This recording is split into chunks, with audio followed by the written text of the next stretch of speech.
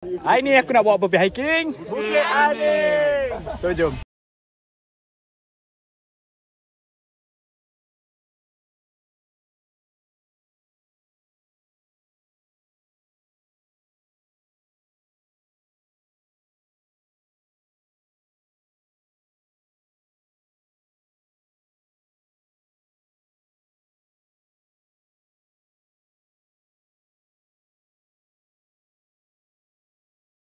Yo, kita dah sampai dah dekat starting point Aning dengan ada Mama Fred, Aizat, Syah dan sahabat baru.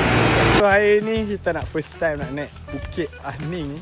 Kita punya plan hari ni kita nak cari awal kapek, tapi sekarang ni dah pukul 8.27. Tak tahu dapat ke tak? Jom. 8.42 boleh tahan tinggi kak. So 8.55 kabus dah makin tebal. Harapan untuk awal kapek tu agak nipis kak, sebab kabus ni boleh jadi tak nampak apa dah. Kita tengok lagi dapat ke tak awal kapek. Pukul 9 selepas 36 minit boleh dapat view ni untuk layar-layar angin. Mai semua. Mai 9-8 minit dah sampai dah. View dah. Nampak kat jalan kita tak ada rezeki untuk awal kapek. Jadi kita pergi depan sikit. So sekarang 9.12 kita dah sampai dah. Ni lah view yang ada belakang. Ini ada dua viewpoint. So hamba kena naik tali tadi. Tadi tempat kami tangkap mak kat situ. Viewpoint satu pergi kat atas. So kita dah turun daripada viewpoint pertama tu. Kita nak pergi ke secondnya viewpoint. Lepas dah banyak tu.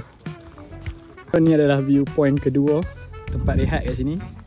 So kat sini ada bapak Fat. Alah rekod ni 10.42 kita dah sampai bawah turun. Tu agak panas dah. So kita on the way turun. Kita tengok berapa kilo kita dari atas sampai ke kereta balik.